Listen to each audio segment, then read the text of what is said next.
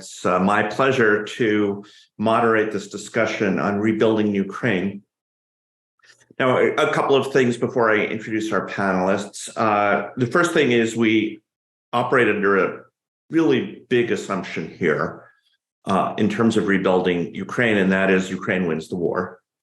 And then it wins the war in a reasonably timely fashion. I'm not exactly sure what that means, but if this war drags on for many, many years, of course, then a lot of what we're going to talk about today will not apply. The other thing is it's important to note that the challenge of rebuilding Ukraine is different from past challenges. Very often people use the metaphor of a Marshall Plan for Ukraine. And it's an appropriate metaphor, but the thing about the Marshall Plan was that it involved countries that were very well developed and were, by world standards, rich before wars destroyed them. And so there was a lot of know-how in those economies about how to build an economy. Which we're going to see the Ukrainian economy was not performing well even before 2013. And so that suggests that there are challenges for institutions in the rebuilding of Ukraine going forward.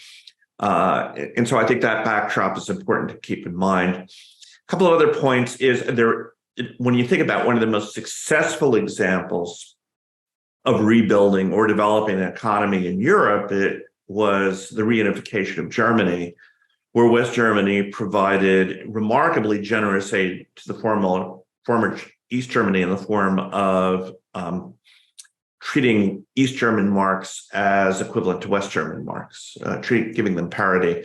And scholars estimate that was the equivalent of between a $1 and $2 trillion injection from the West to the East. And so we are talking about it's going to cost a lot of money in order to do the rebuilding.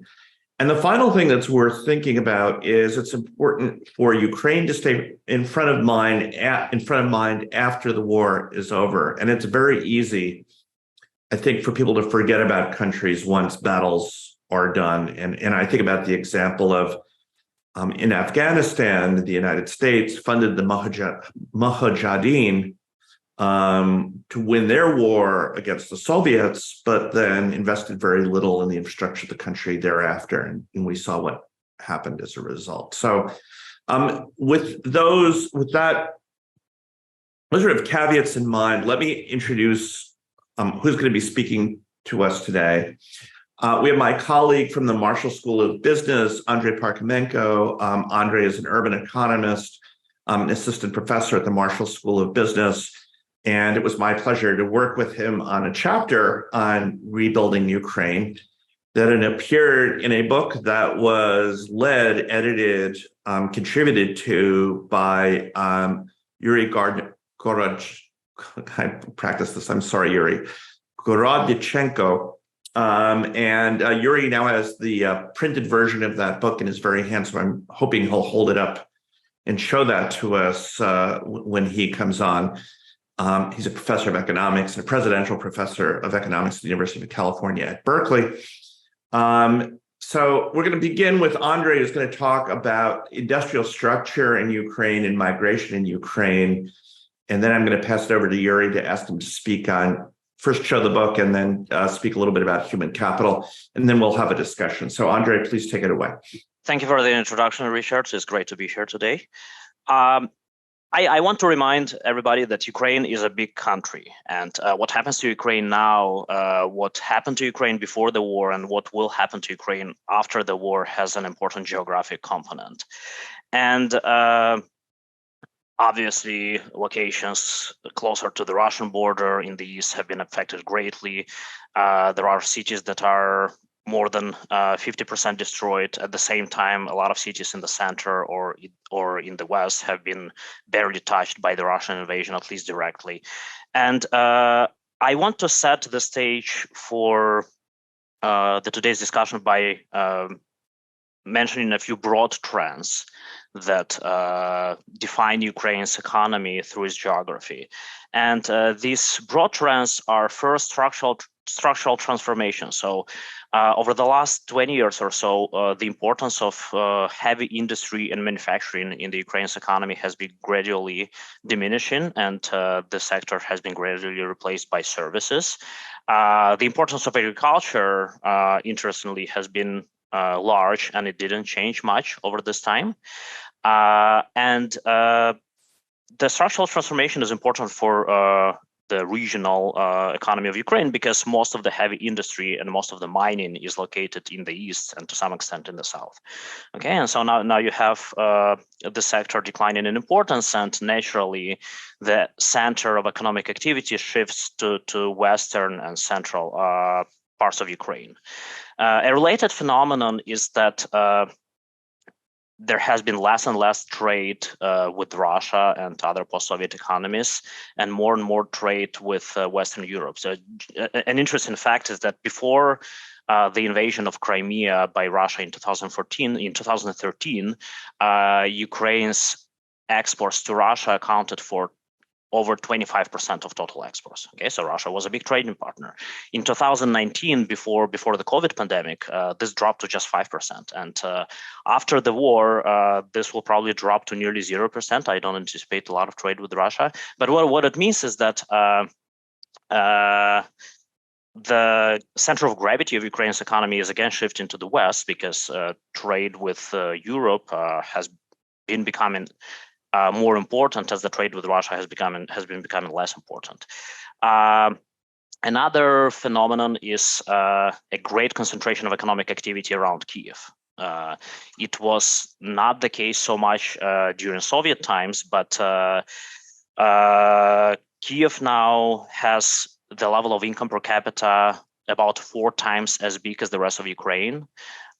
Kiev is pretty much the only region which experienced relatively strong population growth in recent couple of decades. It also experienced faster GDP growth. So when we compare Kiev and the rest of Ukraine, we are almost talking about 2 different countries in terms of dynamics and the levels. And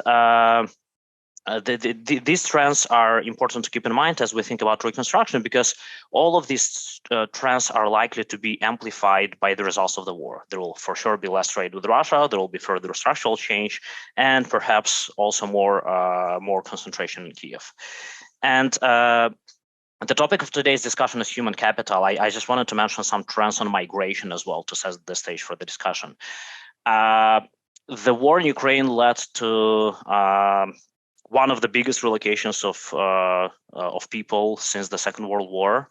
By the recent estimates that I saw, about 7 million people left Ukraine abroad, and around 7 other million people were displaced internally. So 14 million people in total, that's about 1/3 of Ukraine's population. A lot of people had to move because of the war. And this will have big implications for the human capital that Ukraine will have after the war. It doesn't necessarily mean that people will not return. And recent surveys indicate that about 90% of those who moved abroad do plan to return to Ukraine after the war. But as Richard said, it also depends on how long the war will last. Hopefully not so long, but if it does indeed last long, then more and more people may decide to remain where they are currently are and not come back, which is a concern. Another concern is that those people who left are relatively educated. They were participating in the labor market, and so definitely we would need to encourage them to return to Ukraine after the war is over. There has been also large internal migration, as I mentioned. About 7 million of people were displaced internally, and looking at the state of the economy after the war, we would have a very different regional economy with way more people in places where there weren't a lot of people, and way less people in places where there were a lot of people, which poses challenges for economic policies, for politics, etc. And now I will hand over to Yuriy. Thank you very much for organizing this event. It's a great pleasure to be here. I'll share a few slides just to make sure I don't wander off somewhere that is not central to what we want to say. So while I'm pulling together my slides, I wanted to start by saying that, Ukraine, after the collapse of the Soviet Union, started with relatively good initial conditions in terms of human capital. Just as a point of reference, for example, the head of the Soviet space program was born and raised in Ukraine. Lev Landau, famous physicist, was born and raised. He taught in Kharkiv for many years. Igor Sikorsky, the father of helicopters, was born and raised and trained in Kiev. We have some reasons to be proud of our human capital. Now, having said this, after Ukraine got its independence, and it was a very difficult economic time in Ukraine, we basically had a Great Depression. We had hyperinflation for many years. And so as a result, we had this divestment in human capital. If you focus on this black line, this is how much Ukraine committed to research and development as a fraction of GDP. And so you see Ukraine started way above Poland, Bulgaria, and many other countries. But over the years, you fall behind, and obviously it creates a huge problem. This is a big challenge for Ukraine now and for future development, because ultimately we want to have a knowledge-based economy, and you have to have some serious investment in this sector if you want to be successful.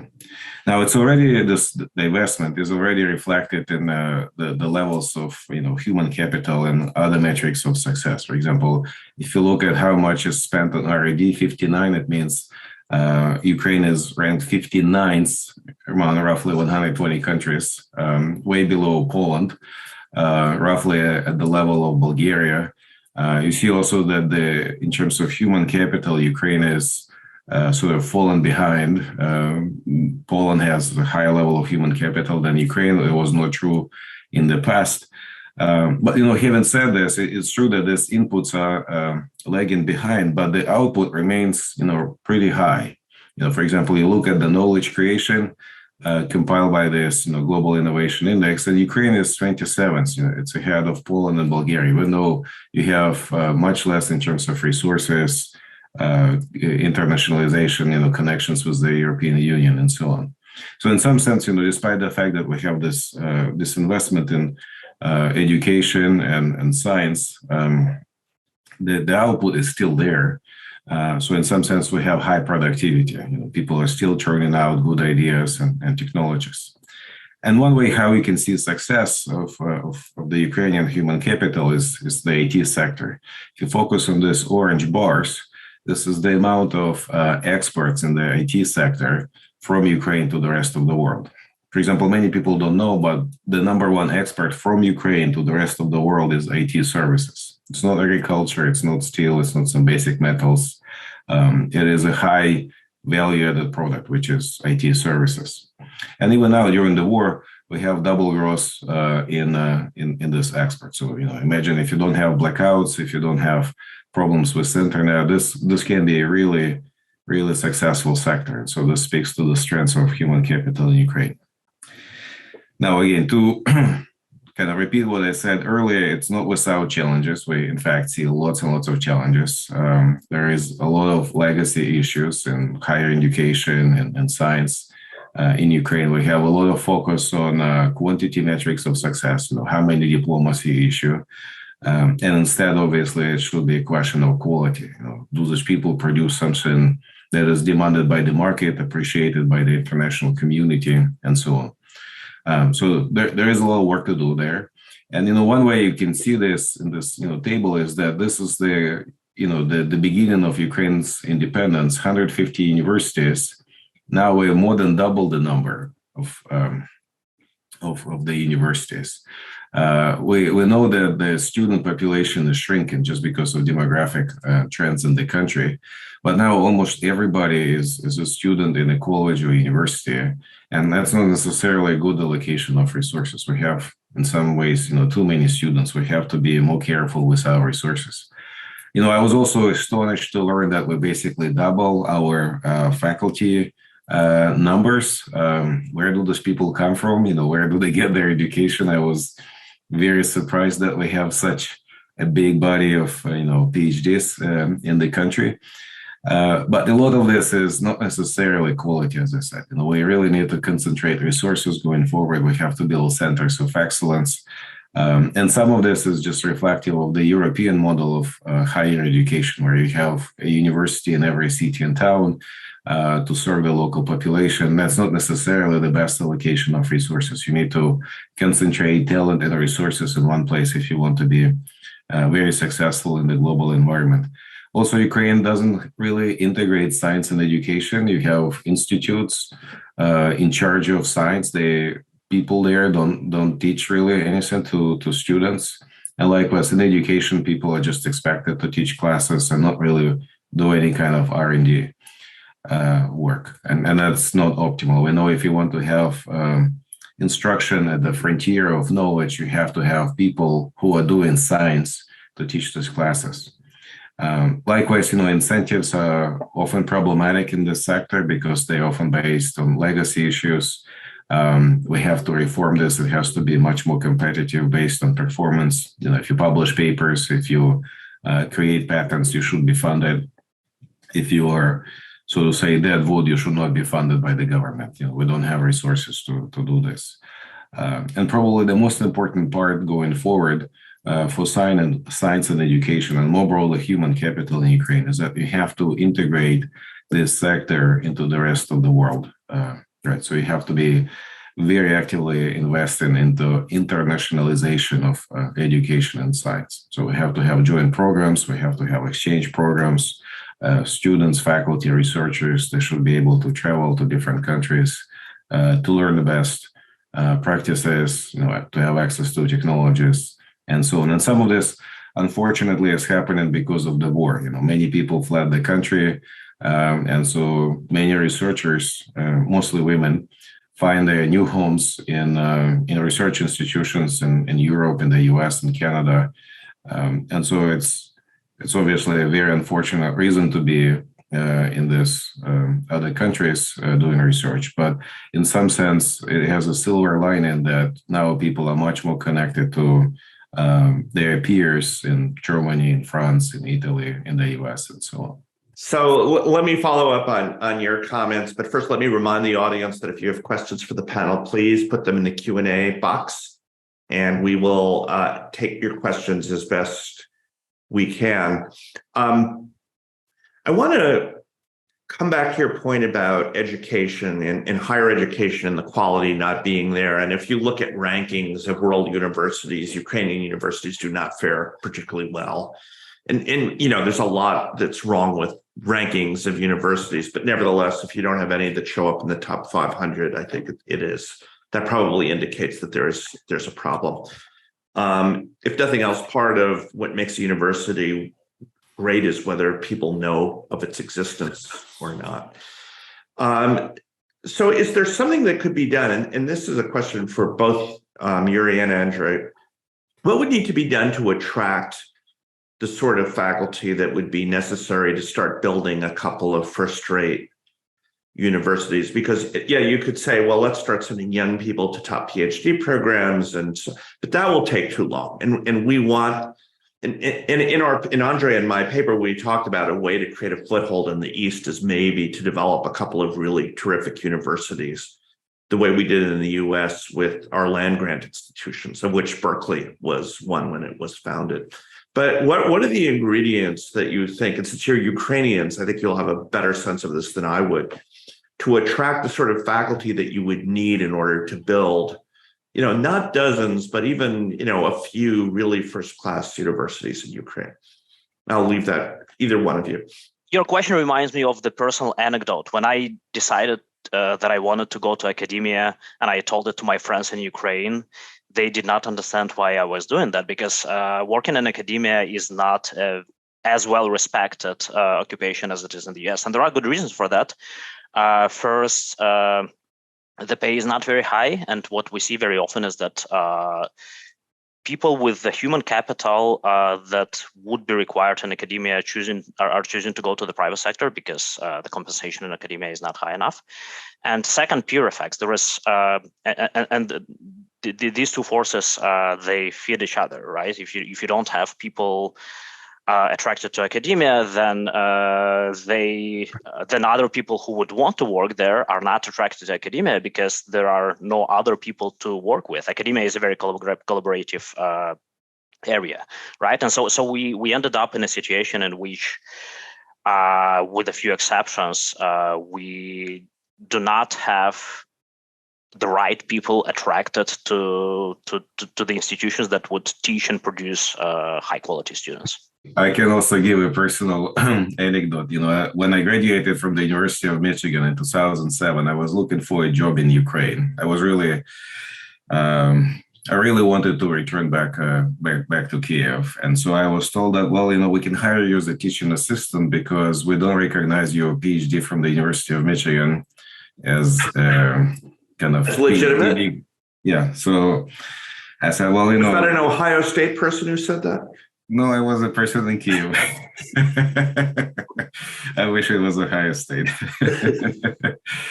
And so, it's true that we had this phase when, Ukraine was doing its own thing, it kind of reinventing the wheel in science instead of embracing internationalization. We had this kind of narrow path for people interested in academic careers, and that was a problem.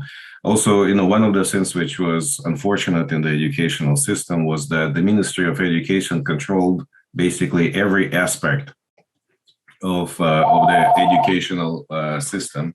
And that was very bad because, research is all about freedom. You should be able to do whatever you want. The universities didn't have autonomy to fight for best scholars, to attract resources. Nobody had any incentives to apply for grants.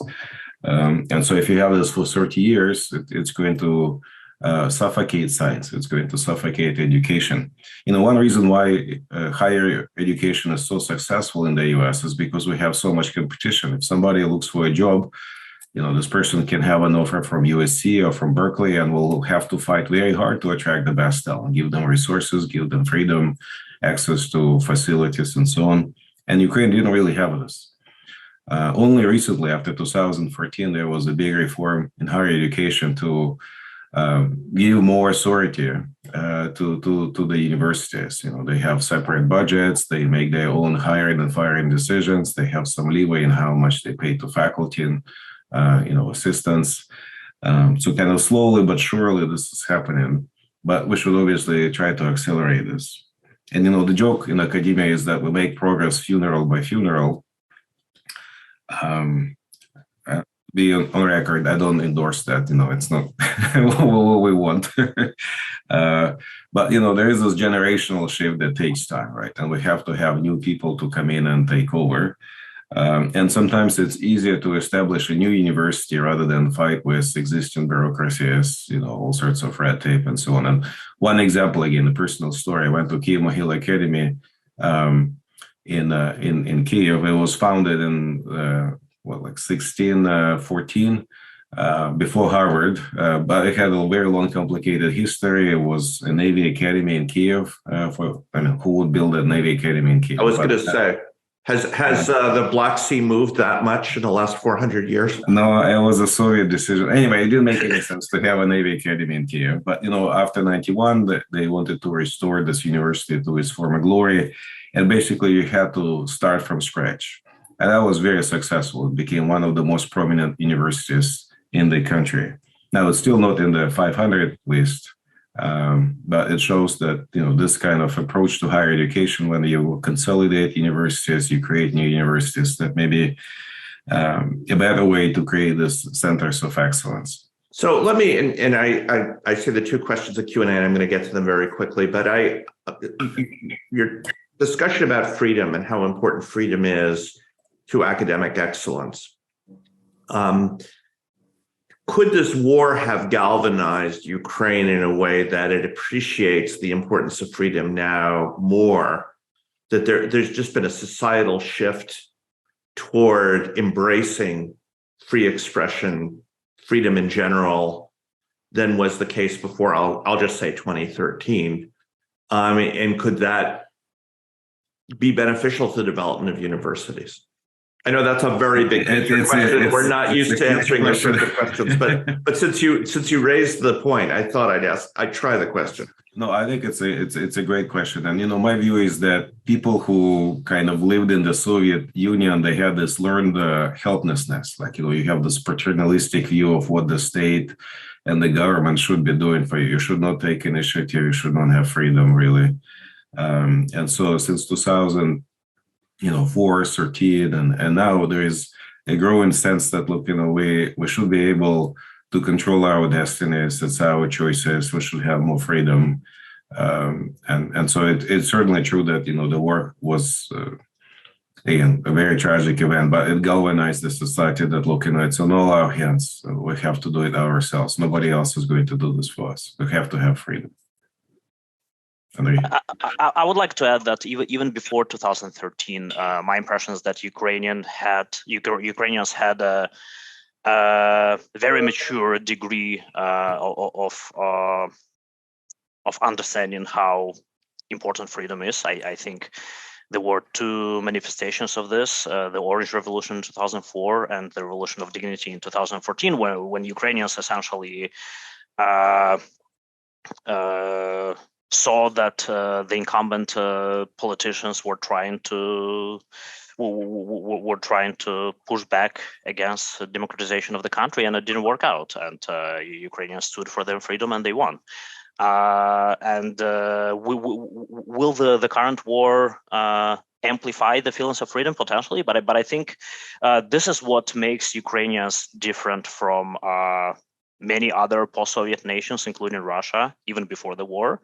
The sense that people actually have the say in whatever the government does, and they have the ability to change things. So, that flows naturally into one of the questions from the audience, which is about corruption. And I'm going to phrase the question from anonymous attendee: what are the steps required to tamp down corruption? Has the war helped Ukrainian people unite against corruption? I'm going to throw in the word trust. And so forgive my anecdote is the anecdote of a dilettante, which is to say, I did some work for the State Department in Ukraine back in 2007.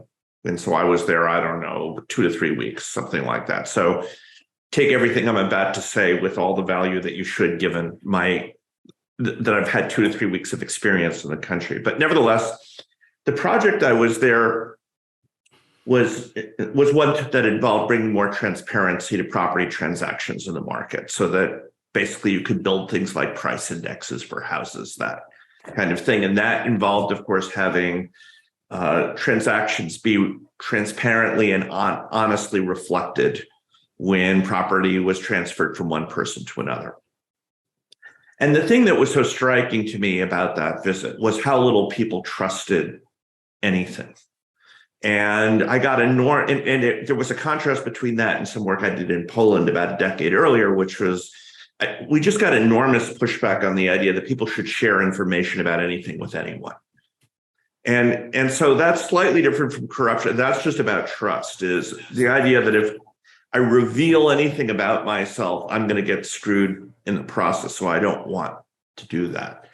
So, again, clearly we have a president who got elected on a platform of stamping out corruption. We have had this tragic event that has required people to trust each other more than they did before. How does this alter?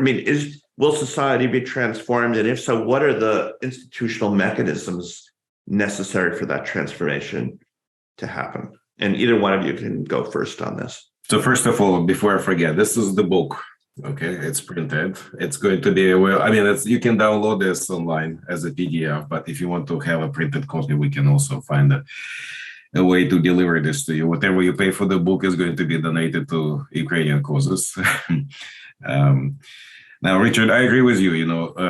I remember growing up in Ukraine, and I guess it's just another remnant of the Soviet Union. You don't want to trust the government. The government is not your friend. It's a source of oppression. So the less you say about yourself, the better you're going to be. What we see during this, two revolutions in Ukraine and now the war is that there is a huge spike in the fraction of people saying that they can trust strangers, right? And it's reflected in how welcome refugees are, how much people are willing to share, to help those who are in need. And there is also an evolution of thinking about corruption. If before it was something like I steal something, you steal something, it's just an equilibrium. Everybody understands that there is everybody is corrupt. But I think the tolerance for corruption has decreased a lot, and now during the war, especially because it's not just some petty thing. It's really a matter of national survival. And so if now is not the time to root out corruption, what is the time? And frankly, if we go back to 2013, it was really the low point for the country when Yanukovych was the president, and everybody in the government was stealing left and right. This is what made so many people in Ukraine upset. And this is why they rose up against the government, Yanukovych. And so after that, there was a steady improvement in the kind of corruption issues. You see a lot of infrastructure built to prevent corruption, to prosecute corruption, to punish corruption. And so obviously it's not nowhere near Sweden or Switzerland. We still have a lot of corruption. But I think the trajectory is positive, and the fact that Ukraine is very much keen on joining the European Union, I think there is an institutional anchor there that if we want to join the European Union, we have to deal with this issue once and for all. So I'm reasonably optimistic that we're on the right trajectory, and we'll get it done. And let me finish, with one quick observation. There was a famous satirist in Russia, Saltykov-Shcherin, who was writing his novels and essays in the middle of the 19th century. And he was saying, well, if I fall asleep and wake up in 100 years and people ask me what happens in Russia, I will say two things, drinking and corruption. I'm pretty sure if I fall asleep and wake up in 10 years, I will say, well, it's amazing that we had so much corruption before and we don't have it now. But maybe it's a hope, maybe it's not a forecast. So I'll stop here. Andrii. They also, by the way, have they have ballet and Tolstoy too, but still, I've been trying to decide whether it's okay to still like Tolstoy, and I've decided that I can't help it. I like Tolstoy. Andrii. I agree with Yuriy. So Ukraine has problems with corruptions, but we have to remember that Ukraine started from a very low base. So we are making a lot of progress. We are not there yet, but compared to even 10 years ago, we have made a lot of progress. Speaking of trust, that's a topic I have thought a lot about, and in my opinion, the lack of trust and things may be improving now, but I think we are still not there. I think this is something that runs down our genes from the Soviet society, right? So people used to live in fear of persecution. You couldn't trust a stranger because any stranger could be a KGB agent, and I was taught by my parents not to trust strangers. Maybe the next generation will not be taught by their parents to do the same, but that's something that is difficult to change in a short period of time. And since we were talking about human capital previously, I also wanted to mention that corruption has also been a big problem in the education sector, right? So you presented some information about the number of degrees that Ukraine issues, and talking about the quality versus quantity trade-off. And I cannot say which fraction of those degrees are not genuine, but corruption has been a big problem in the educational system to the extent that it is possible to buy a degree when you never attended an institution. It has been possible to buy grades that you don't deserve, and this implies that we ended up with having a lot of people in the labor market that obtain degrees that they don't truly deserve. And hopefully this will be changing, and this has been changing. But again, these are long-lasting processes that cannot be changed in just 1 year or two. So the next question from the audience is, again, one I wanted to ask myself. So that's very nice. And again, for members of the audience, feel free to put your questions in the Q&A box. So I'm going to again phrase it a little differently. The audience member asked what lessons could Ukraine learn from the rebuilding of Germany and Japan after World War II. The way I'm going to put it is a little different, which is, can Ukraine learn any lessons from the rebuilding of Japan and Germany after World War II? And if so, what? And personally, I have a few thoughts on that, but I'm going to save them for after our panelists answer. So Andrii, let's go with you first. Okay, there are two major differences between, at least two. So first of all, both Germany and Japan were Axis powers, and they lost the war. And not only they lost the war, there were political changes in both countries after this. So the ruling parties, which was the Nazi Party in Germany and the Emperor's power in Japan, were deemed not only by the international society but also by their own societies to be on the wrong side of history during the Second World War. So the society itself changed and transformed after those countries lost the war. The second major difference is that both countries were rich, industrially developed countries before the Second World War started, even though they experienced massive destruction of capital during the war. Mostly physical capital, but also human capital. It was relatively easier for them to rebuild because they started from a higher level due to their industrial advancement. So again, we are now envisaging a scenario in which Ukraine wins the war, and when Ukraine wins the war, the society in Ukraine would definitely think that Ukraine was doing something right. So we should not expect any major societal changes and changes in beliefs about who is right and who is wrong. But as to the second point, Ukraine starts from a lower base. So Ukraine is one of the poorest countries in Europe. Ukraine did not have a tremendous amount of economic growth recently. And it has some flourishing sectors like IT, but overall, it is not as well positioned relative to other countries in the world to rebuild. And it will definitely require a lot of international assistance to rebuild the country. Yeah, so just a few more additional points. The rebuilding of Germany was not just about rebuilding the capital stock or human stock or housing stock. It was also about opening Europe to trade. So you should be trading with France, you should be trading with Belgium, and so one lesson I think we should all appreciate is that the rebuilding of Ukraine is going to be only successful if Ukraine starts to trade a lot with the European Union. Having market access is going to be a huge factor in the reconstruction of Ukraine. Also, with Germany, Germany is an interesting case, but maybe a more relevant case will be Belgium. It was equally destroyed, very much damaged. It was not as technologically advanced as Germany, but it had some good initial conditions.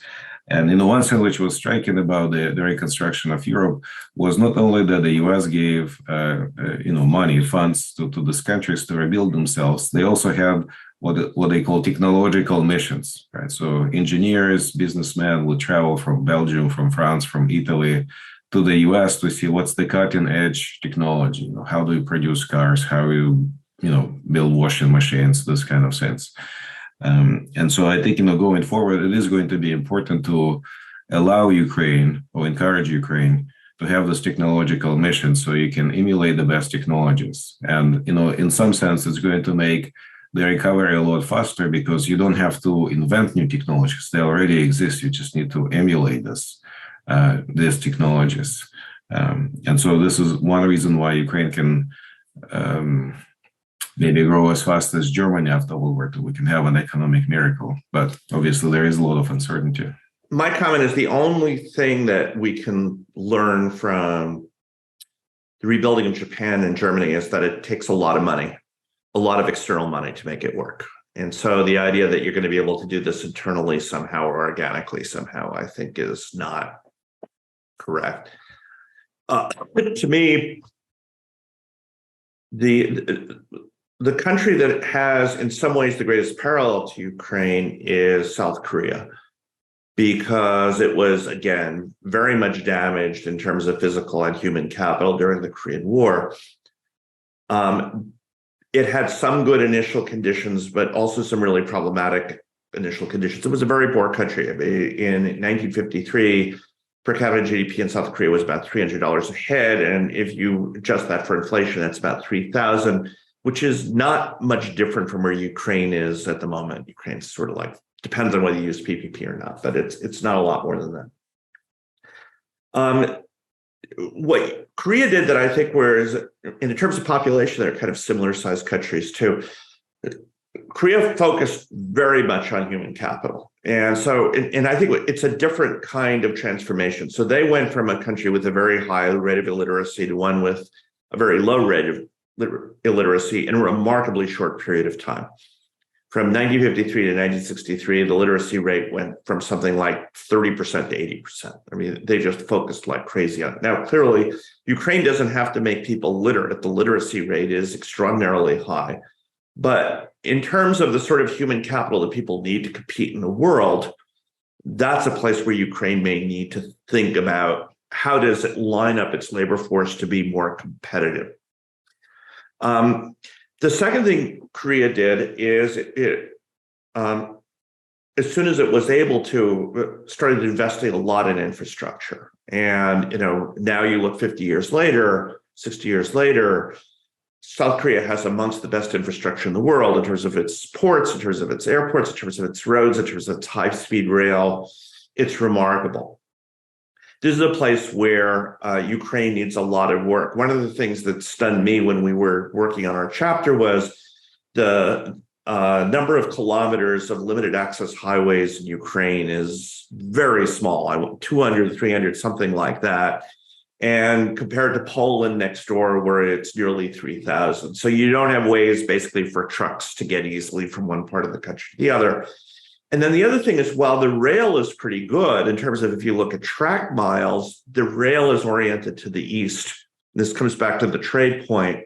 The Russian gauge, Soviet gauge is different from Western European gauge. And so thinking about rebuilding the rail network so that it integrates in with Europe is going to be a key thing going forward. And then the other thing, the other strategy that all these countries employed, so now we can come back to Germany and Japan and Korea and Singapore and Taiwan, is they were export-oriented countries. But back then that meant heavy industry. And that's not going to be where Ukraine is competitive. And so it is things like IT services, more broadly services. And if you look at the share of Ukraine's economy that's in services, it's lower than it is in the rest of Europe. And so developing that service sector for export is going to be critical for it in order to be able to build its own wealth as opposed to relying on the aid of others. So I think the way to put it is there are lessons from other parts of the world, but not necessarily those distinct lessons for the reconstruction of Germany and Japan after World War II. Now, there's a question here that I love, but I don't know if any of us are qualified to answer it. I certainly am not, but I'm going to throw it out there anyway. And if everybody wants to punt on it, that's totally great. But I just love the question, so I'm going to ask it, which is, do you think there's anything the U.S. administration should learn from this unfolding of this conflict that might be applicable to other world powers seeking to make a move? So it's a geopolitics question. And all I know about is geopolitics is what I read in The Economist. So I'm hardly an expert on that. So I don't know if anyone wants to share an opinion or if you want to skip that question. I'll leave it up to you too. I'll make a quick comment. I don't claim to be as knowledgeable in geopolitics as this question requires, but one point I wanted to make is that making sure that Ukraine wins this war is important not only for Ukraine, it's important for the world as a whole, because if Ukraine loses and if Russia captures a lot of this territory and claims to be a winner, it opens the door for other potential conflicts in the world. And the question mentioned the China-Taiwan case specifically. This could be one of the examples. But overall, it just shows that we are transitioning to a world in which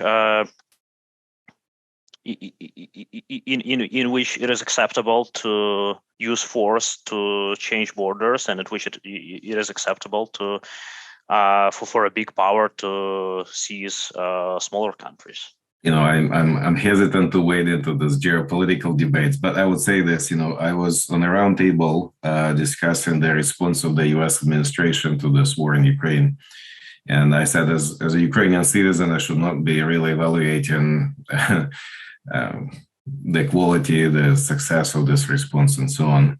But I said that to the extent that I can do this, I should say that the fact that this war actually happened is telling us that the response was not super successful. We should have been able to prevent this war from happening in the first place. And I guess one lesson we learned from this is that wars are extremely, extremely expensive for everybody. And so it makes sense to prevent them, nip them in the bud, right? So they should not happen in the first place. And we should be asking ourselves what we could have done to stop Russia from, attacking Ukraine again. Maybe we should have done something different in 2014 when Russia annexed Crimea. Or maybe we should have done something earlier when Putin came to power and started to kind of take a more aggressive posture towards its neighbors and other countries. So we should be asking this kind of questions.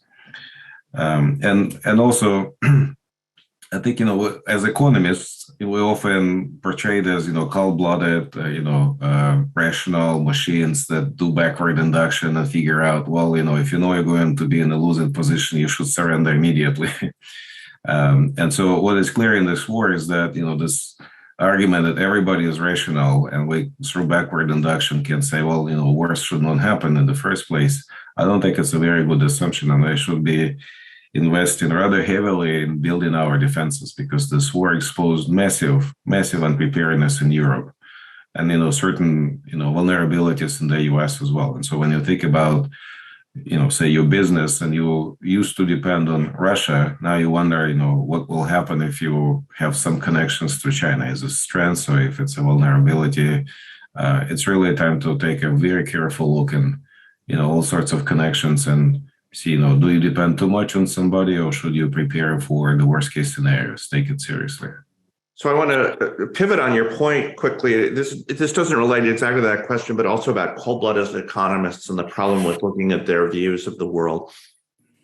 I'm going to start with the preface that I have enormous respect for Ed Glaeser and have read the vast majority of what he's written, which should tell you how much respect I have for him. But I remember Ed got himself into trouble when he suggested after Hurricane Katrina that we just give everybody in New Orleans $500,000 to leave, because New Orleans was clearly not an economically competitive city, and it was a place where hurricanes were going to come and mow it down every now and then, and so on. And people in New Orleans were kind of upset by that advice. And he was saying we should compensate people, but they should just go to Houston or go to Salt Lake City or something. And here we're facing, I think, a similar issue, which is and I'll come back to Andrei's opening, is before the war, if you look at the place that's economically competitive in Ukraine, it's Kyiv. There are only two companies in Ukraine that have ever had a market cap of greater than $1 billion, and they're both in Kyiv. And so you would say, the Rust Belt in the East is not economically competitive. And just like there are people who've said, we should just stop building roads in North Dakota because those small farm towns are no longer economically competitive. Should just let them go and encourage people to move to where there is strong economic activity. But the problem is, if you let it go, then that just leaves it again vulnerable to attack from the east. And the whole point of the war is to maintain territorial integrity.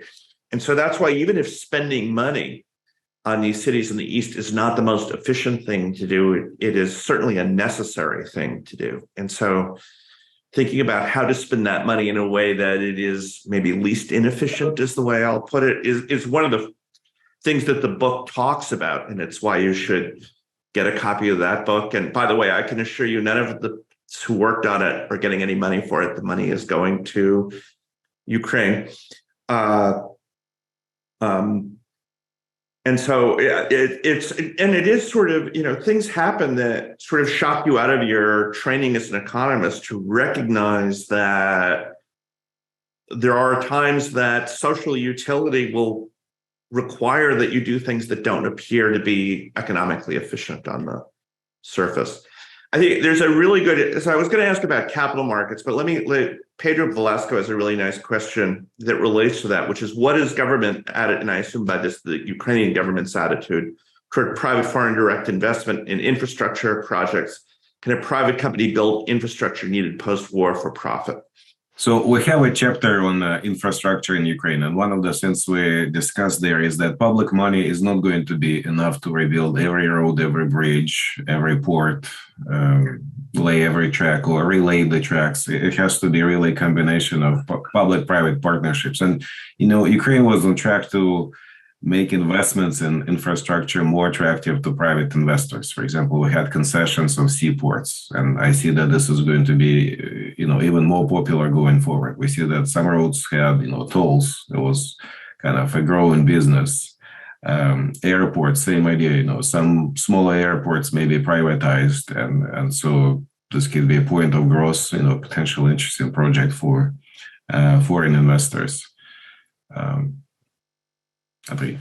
Yeah, I just wanted to reiterate what Yuriy said, and also mention that Ukraine has a history of being open to foreign private investment, and I don't see any reason why this wouldn't work. Also, for the reason that the reconstruction bill is expected to be high in hundreds of billions of dollars, and it's hard to imagine that Ukrainian government would be able to set the bill, to foot the bill, or foreign governments would be able. We would definitely need a lot of foreign private investment.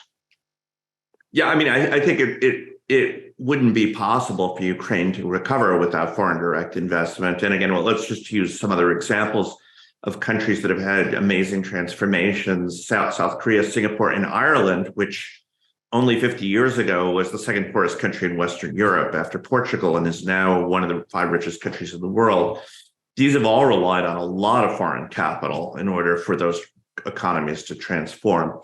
And so I do want, we have about 5 minutes left, so I want to try to get in 2 more questions. And one is about capital markets. Basically they don't exist in Ukraine, modern capital markets. And just to focus on my area of interest, the mortgage market is tiny in Ukraine. How does one go about developing capital markets in Ukraine? Let me just mention the mortgage market before we talk about capital markets in general. And I want to connect it to the point I was making about internal migration. We will see we already see this, and this will continue happening.